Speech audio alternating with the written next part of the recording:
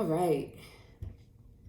It is Sunday, August 22nd, 2021, and this is a reading for the full moon, which is in tropical.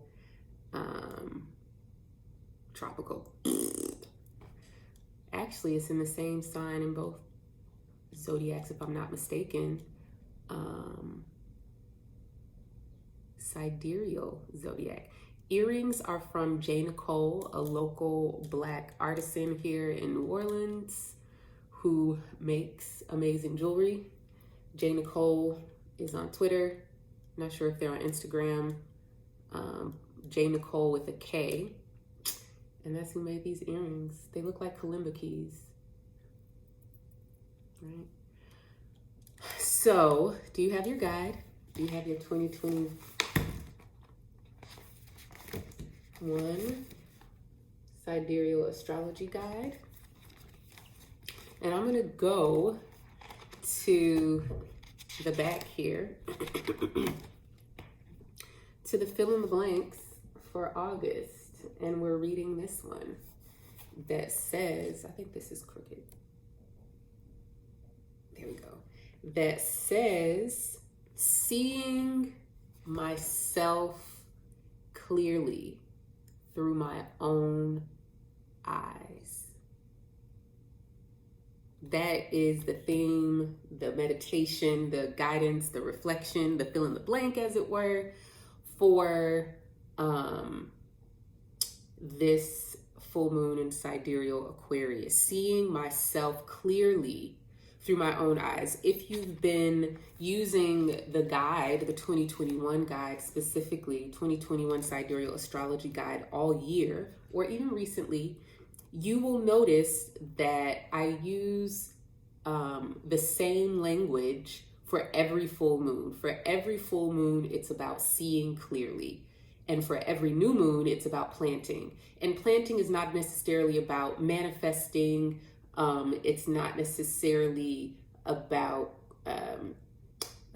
creating something in a willful way, more than it is harnessing the time and the season in order to begin a new phase or cycle in a particular area of your life, and collectively in our experience of each other, ourselves, and the world. If you notice, the fill in the blanks for Leo and Aquarius, we have Venus and Leo back in July connecting to preserve authority.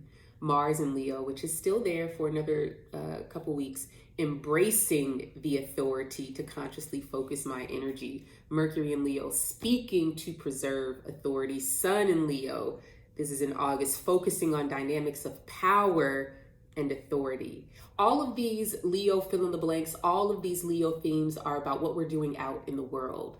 It is about what the external world, what our conscious mind can show us, teach us about who and what we are.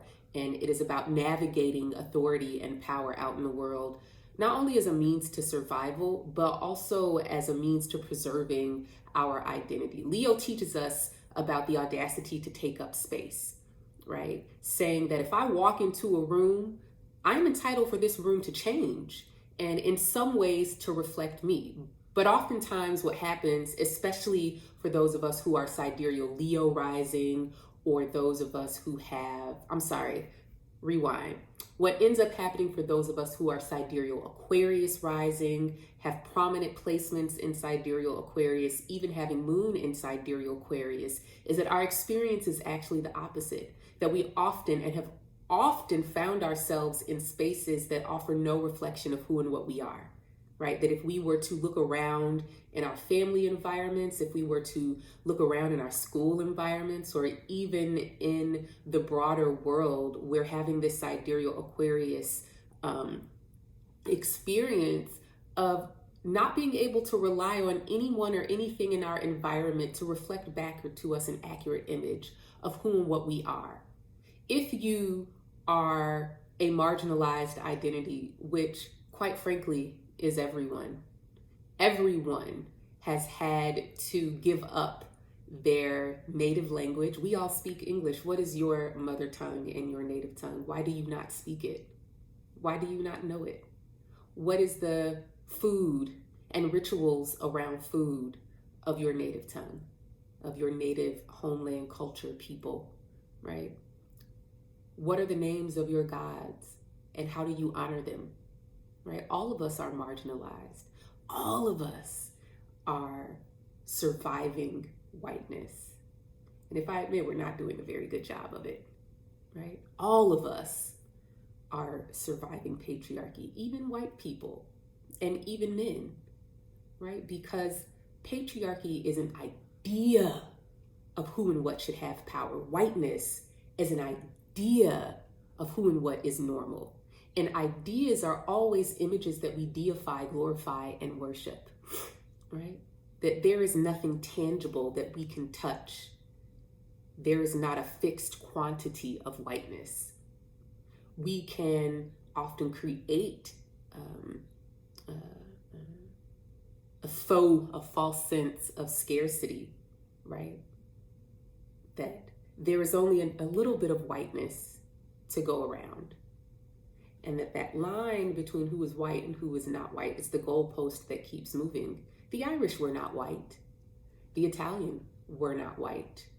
The English have defined who white is. So what happened to those of you who are Italian? When did you decide that you would worship Jesus? What happened to your old gods, right? Or the Irish? What about your ritual magic? Where did it go? Why are you speaking English? Where's Gaelic, right? So understand that when I talk about the experience of Aquarius, yes, I am talking about the experiences of non-white people, people who are too different to hide, right? There are some of us who can pass and we can be seen as white. I want to do two things. I want to go back to, let's see here. I want to go back to March, in the 2021 Sidereal Astrology Guide. And it says on the 13th of March, 2021, there was a new moon in Aquarius, and the fill in the blank for that month for that new moon was planting a new self-definition, right? There is absolutely nothing about an acorn that tells you that it's a seed that can go into a tree.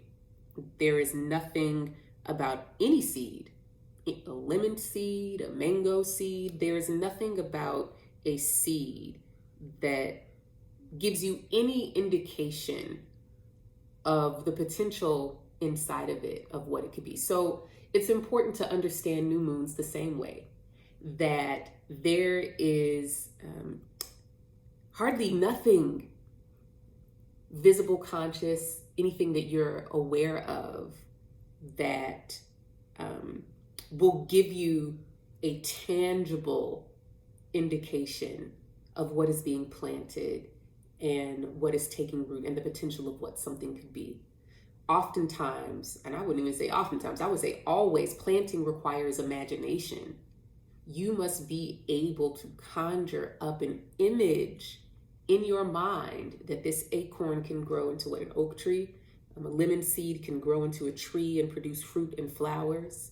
And so when we have new moons, it requires our imagination to conjure up images of what the full potential is inside of that new moon. So when we had a new moon in March in Aquarius, this for me was a particularly important new moon, one that has consequences, implications, and impacts that ripple far beyond March of 2021, far beyond 2021.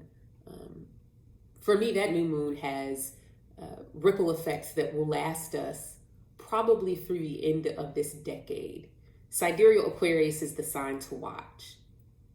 As we broaden the umbrella of what it means to be erased and who qualifies as being erased.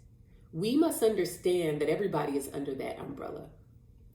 And I know this goes contrary to a lot of what academics might say and a lot of what the roots,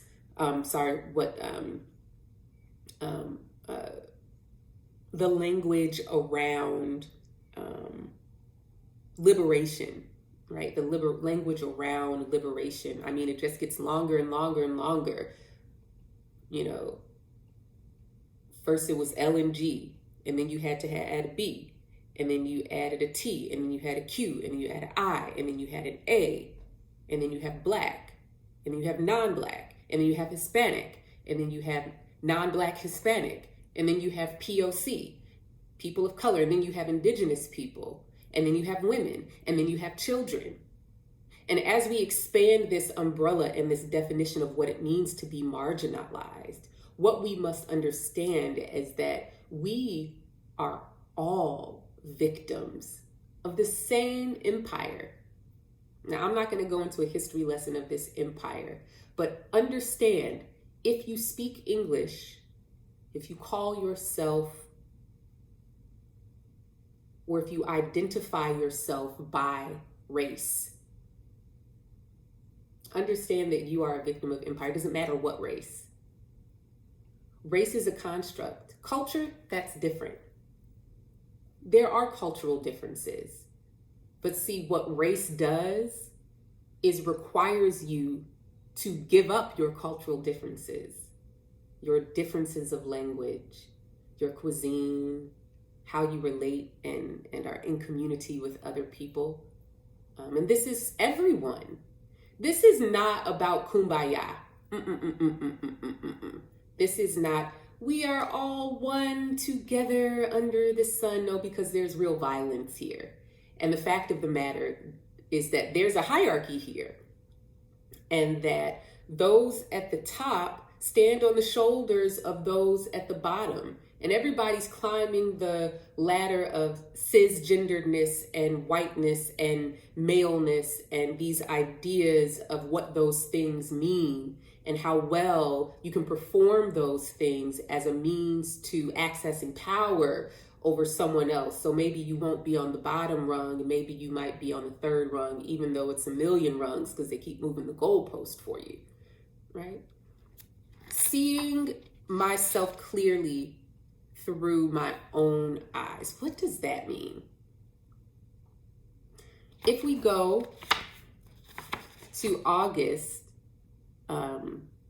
in the 2021 Sidereal Astrology Guide, and I went over this in the August 2021 horoscope, which you can find here on Instagram or on YouTube. And our perceptions and definitions themselves are filtered through the lens of other people's real or perceived power out in the world. I've talked about how you had to internalize the gaze. And by internalize, I mean adopt. I mean to take on. I mean to learn how to see through the eyes of those who are above you on the ladder of power, right? So if you are gay, right, you have had to internalize the gaze of cisgendered folks to survive, because being visible in your full gayness at various points in your life is a threat to your survival, meaning it is the difference between being dead and alive. Your capacity to successfully and accurately understand, know, and keep at the forefront of your mind at all times what you look like to cisgendered people, necessary for your survival. As a Black person, right, I must know how I look to white people at all times.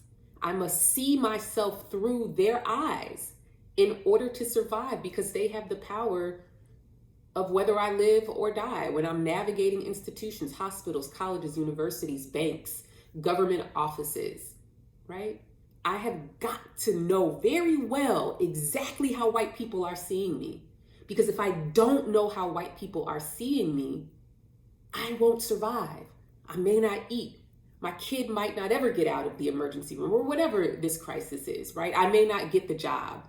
They may not allow me to buy the things I need from the store.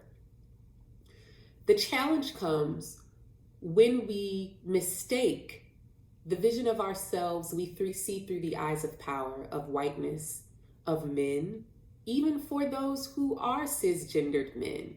You must absolutely see yourself through the eyes of other men in order to survive. If you do not do that, there is a threat of violence.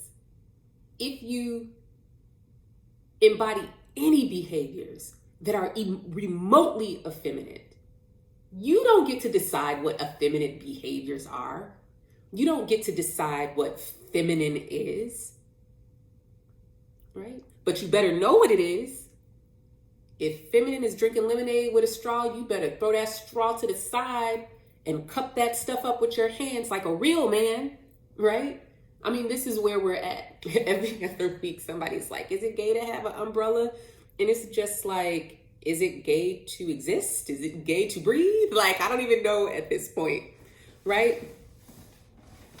Oops. So when we're talking about how our perceptions, how we see, and definitions, how we name and understand ourselves are filtered through the lens of other people's real or perceived power out in the world. What I'm saying is, when you look in the mirror, you think you're looking at yourself through your own eyes, and you're not. The past few days, I have been sitting and kind of peeling back all of these layers of how much every single action I take over the course of my day are actions that are defined by capitalism.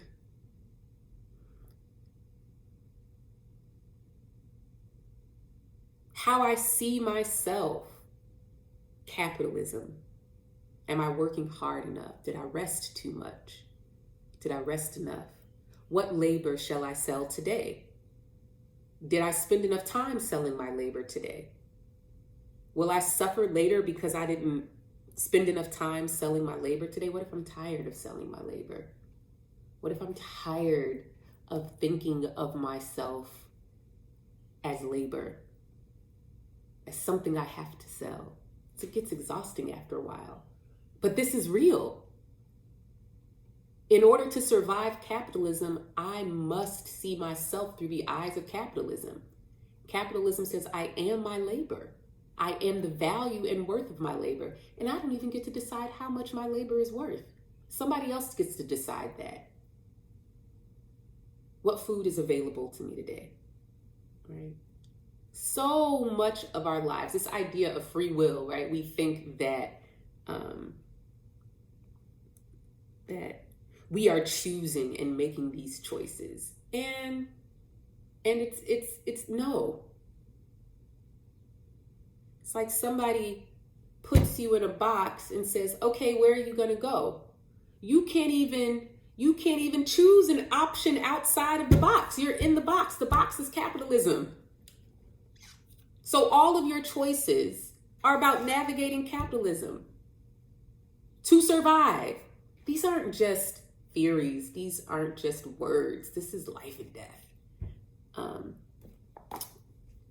going to read a couple of passages from this book, Carl Jung, Psychology and Religion. And I don't know if this is fully the premise of this book. He seems kind of skating around it, but maybe he did say it pretty directly. I don't know. What I got from this book, whether or not he intended it, is that, and I'm still reading it, it's dense. I've probably gotten through most of it, and then I just started it all over. But what I get from this book is that humans, contrary to popular belief, are not creatures of reason. They are not reasonable. Very rarely can you reason with another human. And that humans actually are manufactured is not the word. Our inherent nature is religious.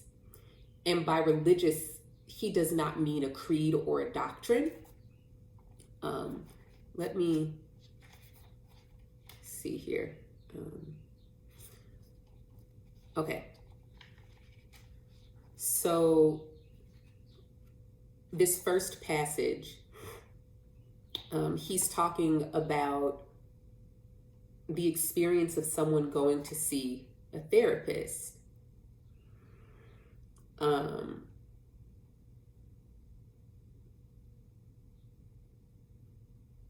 But why shouldn't he be able to talk freely? Meaning, why should the patient not be able to speak freely through the doctor? Why should he be afraid or shy or prudish?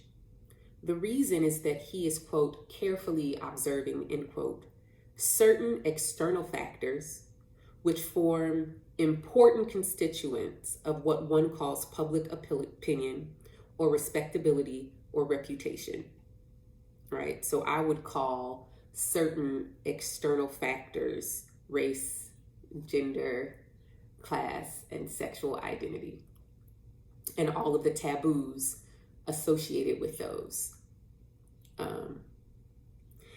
And here's the part that I have highlighted here. And even if he, the patient, trusts his doctor and he is no longer shy of him, he will be reluctant or even afraid to admit certain things to himself, as if it were dangerous to become conscious of himself. That begs the question, are you conscious of yourself? How do you know? What makes you assume that the self that you are aware of is actually yourself? Whose vision determines what you see? That's the question.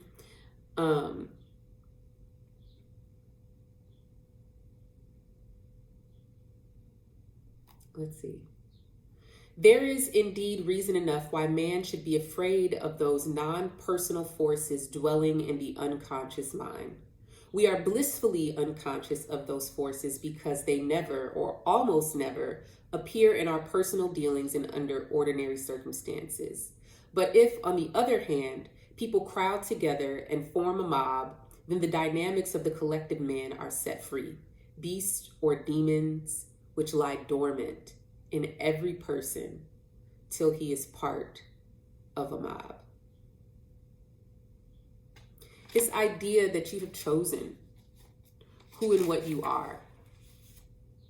This idea that you are above certain behaviors. For example, I do not believe that 20 years ago, if you did a survey and you said, there will be a pandemic 20 years from now, and this pandemic will create a virus that we haven't really seen before. And a lot of people are going to get really sick, and a lot of people are going to die. Will you take the vaccine? I am most certain 20 years ago, most people would have answered yes, of course. It's a deadly virus. It's going to kill me. Absolutely, I'll take the vaccine. Right?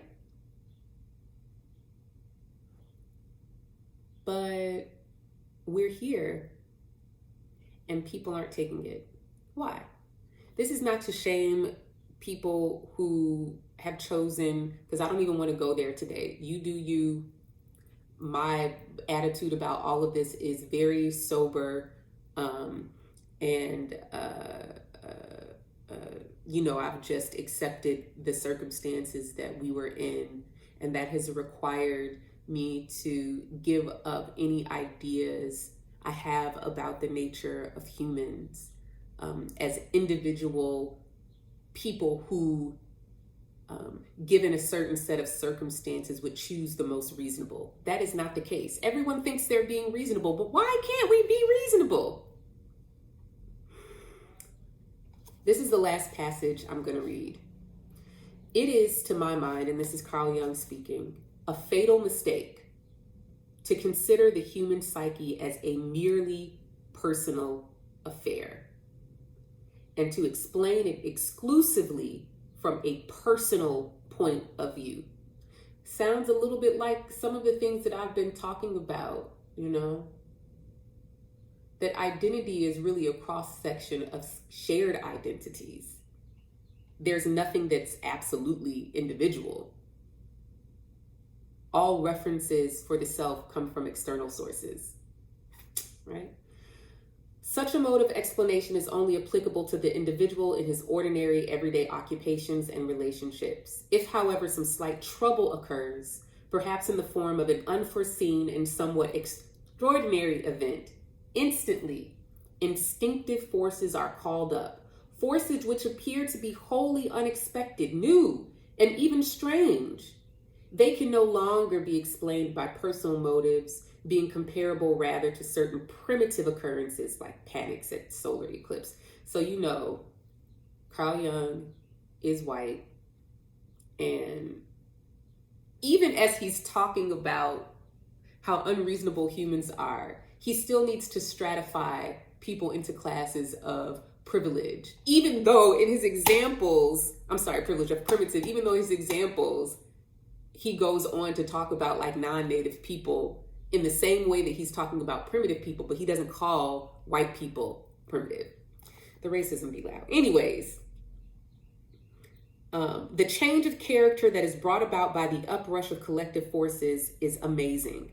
A gentle and reasonable being can be transformed into a maniac or a savage beast. One is always inclined to lay the blame on external circumstances, but nothing could explode in us if it had not been there. As a matter of fact, we are always living upon a volcano, and there is, as far as we know, no human means of protection against a possible outburst which will destroy everybody in its reach. I don't think I've read anything that defines this moment, and many moments in history, but particularly that passage describing this moment so clearly and so concisely, that all of the things that we say we wouldn't ever do are the things that we absolutely do when we're taking up with the forces of these shared identities and being in community. And that the point here being, the fill in the blank for August, the August full moon.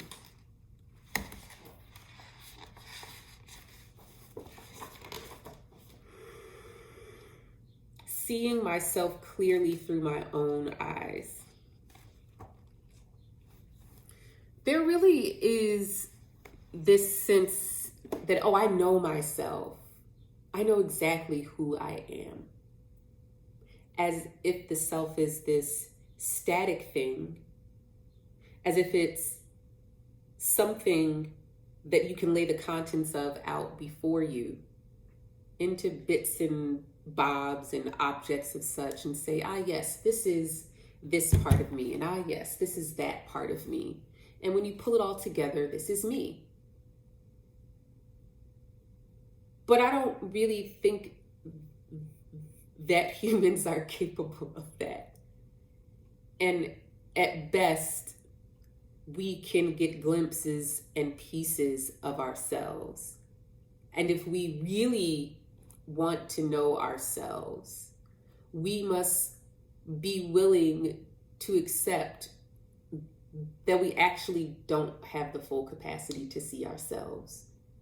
And all of the categories that we narrow ourselves down to, they're not really real. What is a sexuality? What is a race? They are real in that we have been convinced that we must see ourselves through these ways, and that there are real survival consequences for whether or not we see ourselves through these lenses. But that's not you. And English has a really, really bad problem with this.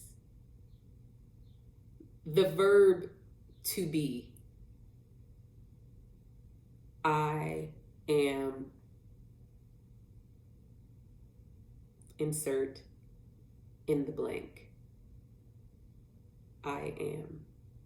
What does that mean? I am Black. She is white. It sounds simple enough, right? But if I say she, now you've conjured up a series of assumptions. We won't talk about where you got them from, but you've conjured up a series of assumptions, at the very least, assuming what their genitals are. If I say she, now you have conjured up a series of expectations of what this person must look like. The tone, pitch of their voice, how they wear their hair, who they have sex with, how frequently they have sex, the types of clothing that they wear, the feelings that they express, how they express them, their level of intelligence, what jobs they're allowed to take or not. Just in the word she, if I just say she, all of this, all of these assumptions, they come up. You have never met them. You don't know them. I have not told you a name. I did not tell you where they live. I did not tell you if they were dead or alive. I just said she. And now you know everything. You know everything about them. I say Black. You know everything now. You know what kind of music they like. You know what foods they eat. You know how they speak. You know what their hair is like. I say Black. You know everything now. What good do you have to meet the person now? Why do you need to know them now? You know everything. I said she and I say Black. There's nothing else. What else? You know everything. Everything there is to know about this person. Everything else is just minor details that you might add later.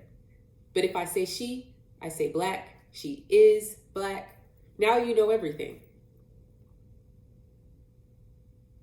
But if I say they dance.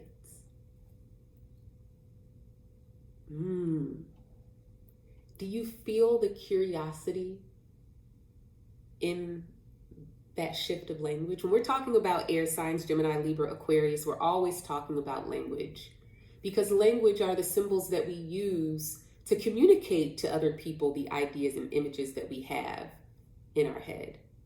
But if I say they dance, now you have questions and there's curiosity. Now you can make no assumptions about their genitals, what they eat, how they wear their hair, their tone of voice, the music they listen to. Irrelevant. It's absolutely irrelevant now. Now the focus is on the dance. Now you want to know what kind of dance and what kind of music. You want to see this. It begs curiosity. But if I say she is a Black woman that dances, now you've narrowed the possibilities of the kind of dance that this person can do, what they wear while they dance, what they're physically capable of. It is very clear to me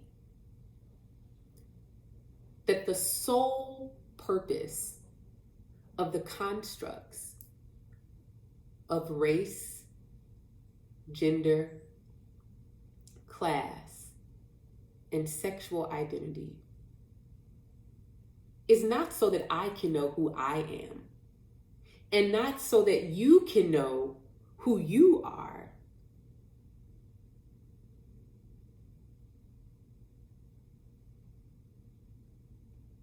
but so that other people can form assumptions about you without ever having to know you. So that other people can sell things to you. Women like this. And if I identify as a woman, I must like this. But what if I don't like it? Now that sounds simple enough, but we know it's not that simple. The first time I shaved off all of my hair, almost 20 years ago, I came home from college for a Thanksgiving break, and I walked into the basement of my parents' house, and it was my brother, his girlfriend, my dad. You should have seen the gasp. You would have thought I walked in there with 3 heads. Why? Why can't I wear my hair like this? I mean, first of all, bitch, have you seen me? I can wear it this way, and you've seen me with hair down here. Let me just tell you. No, but seriously though, you would have thought that I walked in there with 3 heads, because if I have been clocked as or assigned as woman or girl or female human, the moment that I deviate from those expectations, I'm an alien now. How do you approach people who are ambiguous in their gender? How do you approach people who are ambiguous in their race? Oh, where are you from? No, where are you from? No, like, where were you born? Why?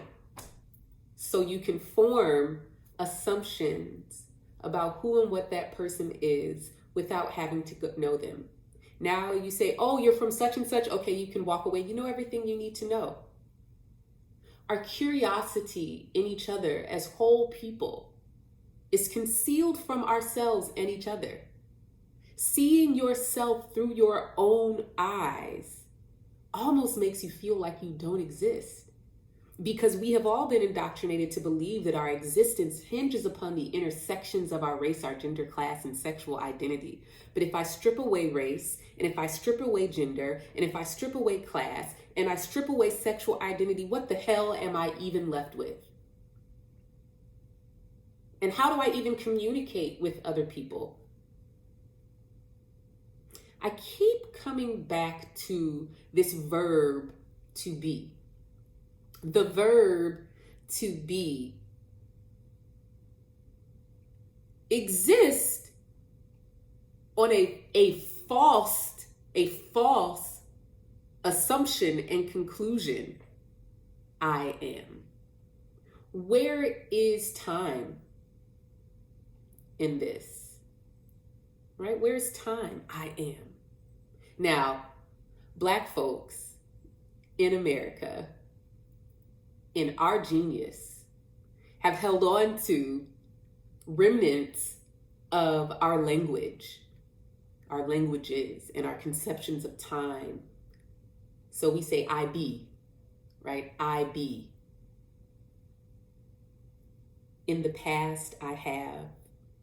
At present, I currently, and likely in the future, I will be. I be running. Right?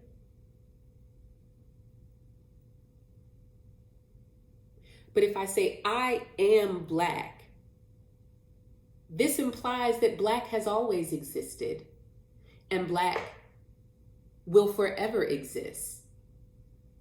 I am a woman, that the identity of woman and all of its implications about what women are capable of and the role that they have in society has existed forever. It leaves no room for the curiosity that woman was created. Black was created. Black only needs to exist as a means of categorizing a group of people as something other than what another group of people are.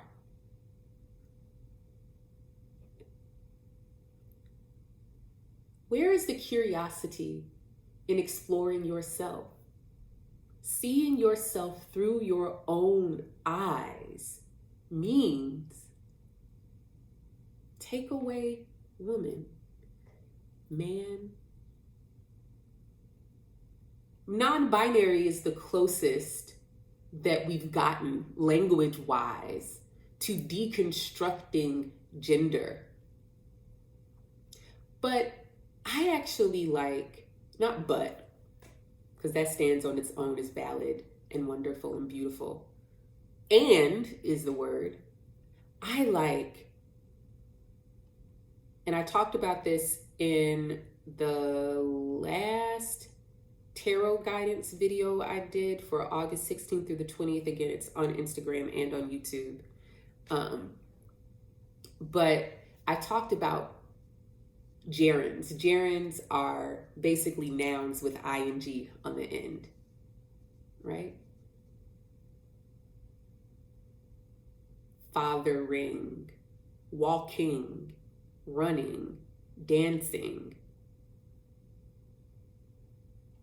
I father. If I say I father, do I have to be a man to do that? If I say I mother, must I be a woman to do that? Why must the identity of mother or father boil down to someone's genitals? We could come up with another name for people who bear children, right? I mean, this is what the imagination does. If we go back to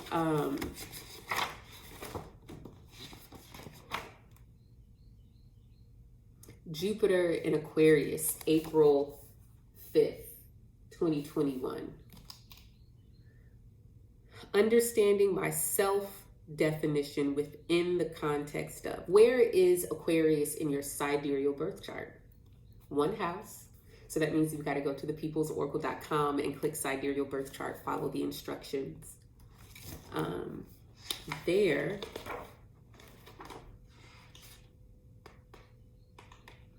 But these are the questions we are asking, and these are the questions we are answering. When we talk about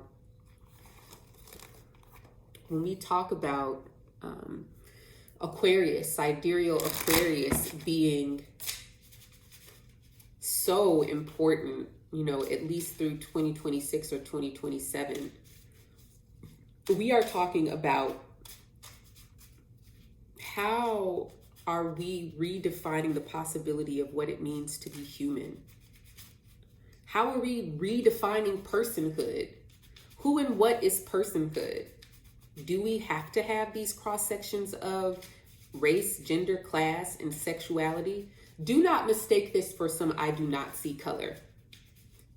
It's not that. Do not mistake this for erasing the violence that Indigenous folks and Black folks, women, children. But you see, once we start talking about the violence, who is excluded? Who? Yes, there are varying degrees and intensities, and in particular contexts and at various times, there are certain groups that are more subject to violence. Like right now, trans folks are on trial.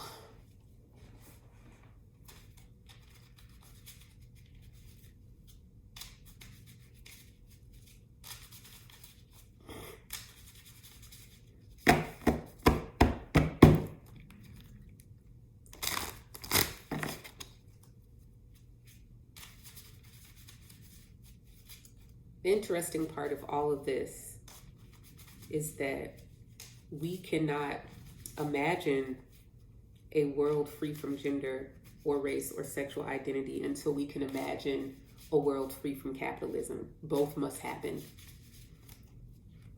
Capitalism thrives. Walk into a store and you know every single item that is for sale is gendered. Every single item is gendered. Every single one. Water bottles, cars, silverware, glasses, carpets, toys, coffee, wine. Everything is gendered. Why?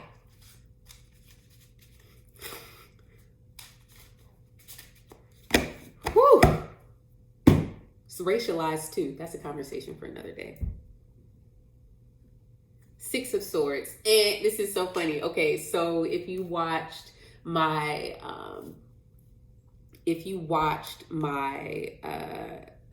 tarot guidance for August 16th through the 20th, this was the card that was on the bottom. And I talked about it in relationship to Sidereal Aquarius. So it's kind of like wild that card is coming up again.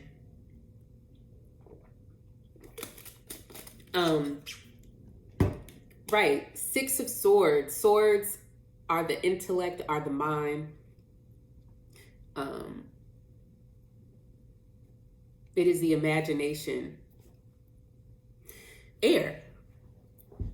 The capacity, having the ability to conjure up images in our mind, especially when we are not in a position to physically change or manipulate the appearance or the existence of something outside of ourselves.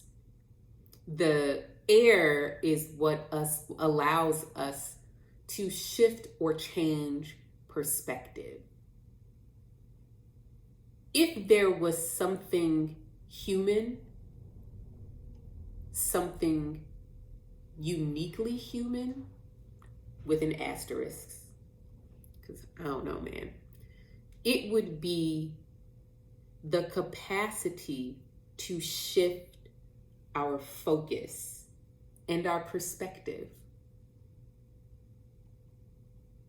When we are purely in our animal nature, our focus is consumed,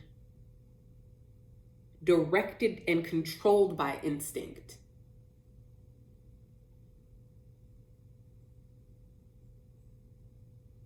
A snap. Your cute snake will eat you. Trust me. Right? And this capacity exists in humans as well. This is what Carl Jung was talking about. For as reasonable as humans might be, if I can shift my perspective and get more information to change my understanding, at the end of the day, I'm still an animal and my herd instincts will take over.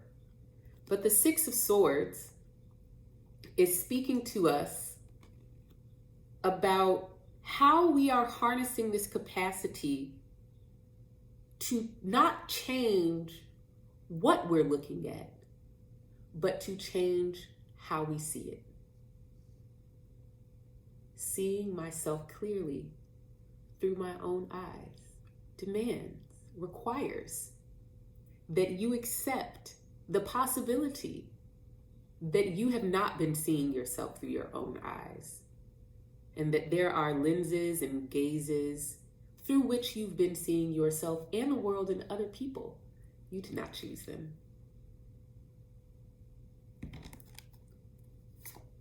Hanged Man. What a combination.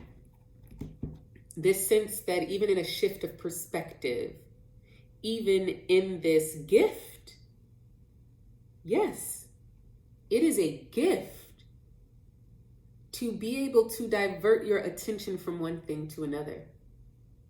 It is a gift to be able to imagine something other than what exists around you now and what you feel inside of you now. You can be grieving but imagine joy. You can have joy and imagine grief. You can be safe and imagine danger. And within certain circumstances, you can be in danger and imagine safety. Yes, that's a gift. Absolutely a gift. What will you do with that? What are you doing right now with the gift of your imagination? With the gift of being able to harness your focus and attention and direct it where you will. Who and what is the self that shifts the focus of attention? What is this self that can see things differently than what they are? What is that self?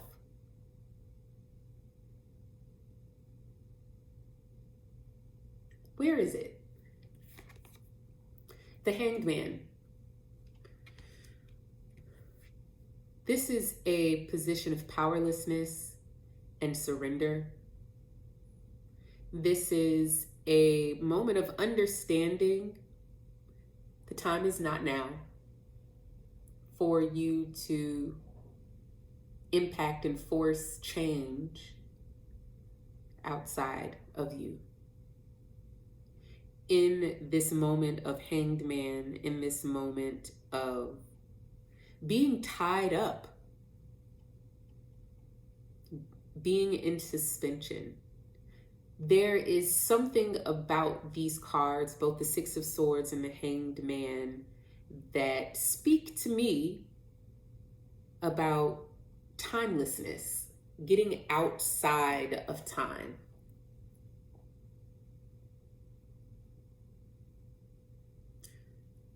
That's a survival necessity too. For what purpose would a human attempt to save their own life if it were not for the idea that there is a future in which they will live? What's the point? These are very existentialist questions, and we are in a very existentialist moment. Yes, COVID, but climate, and all of those things, all of our threats. There's really only one threat, and it's capitalism. And anything that capitalism requires to sustain itself and survive, those things too: whiteness, race, sexuality, right? Sexual identity, rather. The Hanged Man, this is giving me suspended in space and time vibes. This is giving me take shelter while the storm is passing over vibes. Excuse me, this is giving me, if there's anything that you preserve, if there is anything that you find value in enough to protect it and shield it and keep it safe, it's your imagination. These fits and frenzies of mob-like behavior in which we find ourselves, and we observe large groups of humans doing things that are contrary to our collective survival and to their individual lives. This will rob you of your imagination.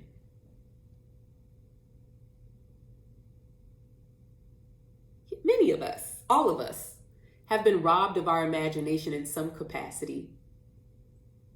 Primarily because you cannot, I cannot, we cannot even see ourselves without referencing these categories we have been given. The categories in themselves aren't wrong. That's not the problem. But if you would like to know what a thing is, you have to observe how it functions. And you have to find that special meeting place between the function and the intention.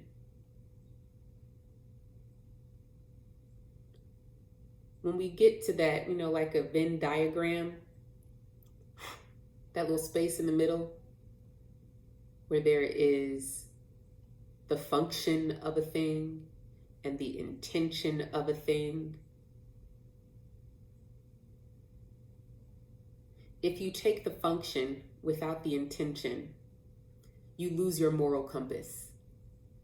And if you take the intention without the function, you are left in a world of theory and ideas divorced from reality. But when you find that sweet spot where function and intention overlap, now you know what a thing truly is.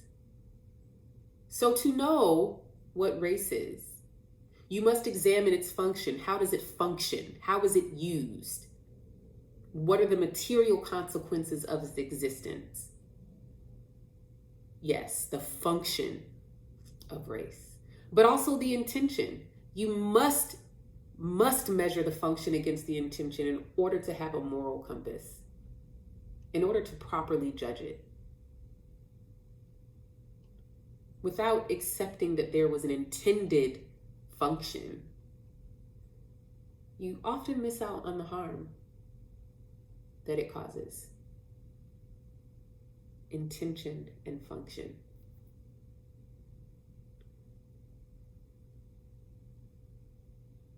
The Hanged Man and the Six of Swords asks us to imagine a peace that we may not embody.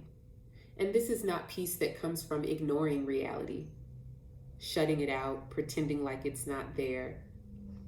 This is not a peace that comes because somehow all of these terrible things are happening and they're not affecting me. No. This is a peace that comes through shifting our orientation, acknowledging that there is a storm. Yes, there is a storm. And it's passing over.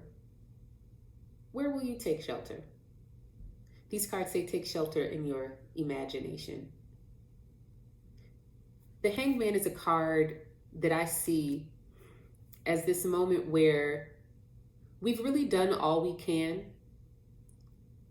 And at this moment, we do not have the tools or the opportunity to change things outside of us. So it's a moment to go internal. Not necessarily to change yourself, but to change the way that you see yourself. And to change and shift your perspective. Process.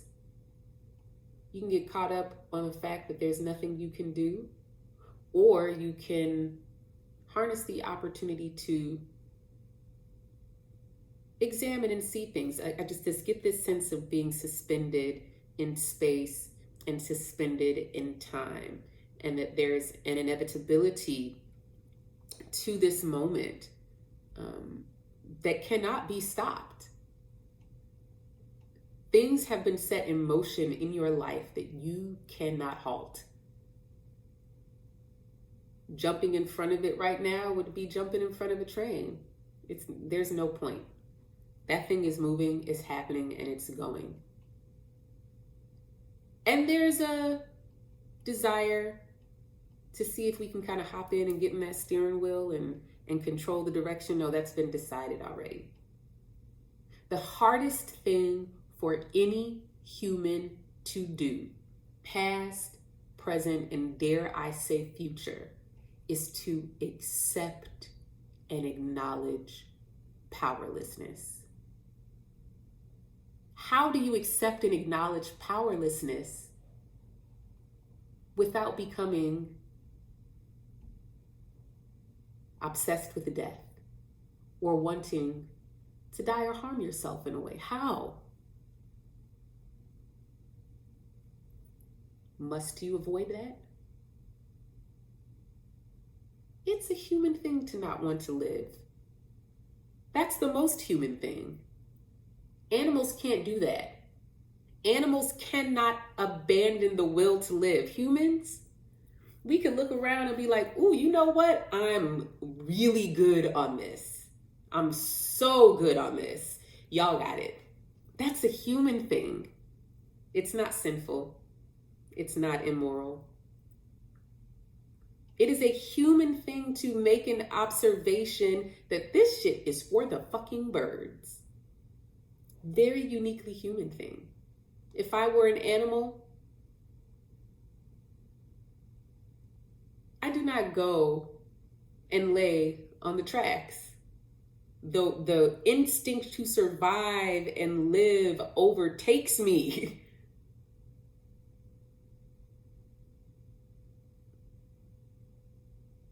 I cannot pause and say, ooh, you know what? I think I want this train to take me out. Peace, y'all. Nah, animals not doing that, but human. Yes. You are not subhuman or a non-person. When these feelings arise, this is totally normal. At times, it feels like, and it may only be the way to escape suffering.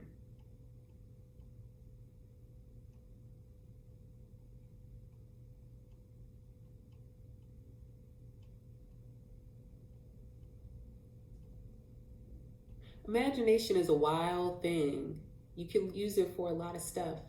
And I'm not here to give moral lessons on how to use it, other than what I've previously stated about how language causes us to make assumptions about people. It quenches our curiosity in each other. But beyond that, it's pretty benign. I mean, it can go either way, you know? That's all I got for y'all today. I'm not going to sit on here all day, and I'm not taking questions today. Maybe another time, because I'm hungry and I want to go eat. Yeah. Like this video, share this video, make sure you subscribe, turn on your notifications. I'll be back, but I'm going to continue taking some space from social media. So if you want to know when I tweet, you should probably turn on your notifications. I can't see myself anytime in the near future, like manning my Twitter like I was before. I ain't got it in me. So if you want to see my tweets, turn on your notifications on Twitter. Make sure you sign up for my emails. 2 announcements. For those who are still here, don't go yet. 2 announcements. 1, I will be opening my books on Wednesday, August 26th, I believe it is. 25th. Wednesday. Is that the right date? Yes, Wednesday, August 25th. Make sure you are signed up for email. I will share the link on my Twitter. I'm certain it's in my bio on Instagram. I'll put it in the comments of this video on YouTube with the exact time that my books are going to be open. And the second announcement is that I will be sharing information on the wounds and gifts of each sign workshop. This workshop will likely be in 2 or 3 sessions, and it will be priced as such. So save your coins. And I am hoping to do it sometime in October. So that means registration will likely open at the soonest at the very end of this month. And yeah, sign up for emails. I'll share the link. I'm very excited about that. I've been really working on this content for several months for the Wounds and Gift Workshop. And I know a lot of people have been asking me about it, but it's coming. I just want it to be good. And the more that I've worked on fleshing this out, the more I'm finding a wealth of wisdom and insight in approaching astrology this way. So sign up for emails. I will be opening my books for readings Wednesday, August 25th. Yeah, I'll send out 2 emails. I'll send out one either today or tomorrow, and I'll send out a reminder email. I'm sorry that I'm only one person and I can only do so many readings. And a lot of the time when I open my books, a lot of people end up paying for readings that don't get completely booked because there's so many people booking at the same time. If that happens to you, I'm sorry. I do not have a waiting list, but I will refund your money. If you sign up for a reading and you do not get verification confirming your reading in addition to the PayPal receipt, then that means that your booking did not go through. So you can preemptively request a refund at that time, or you can email me and ask. That's all I got, you all. Y'all take care. Bye.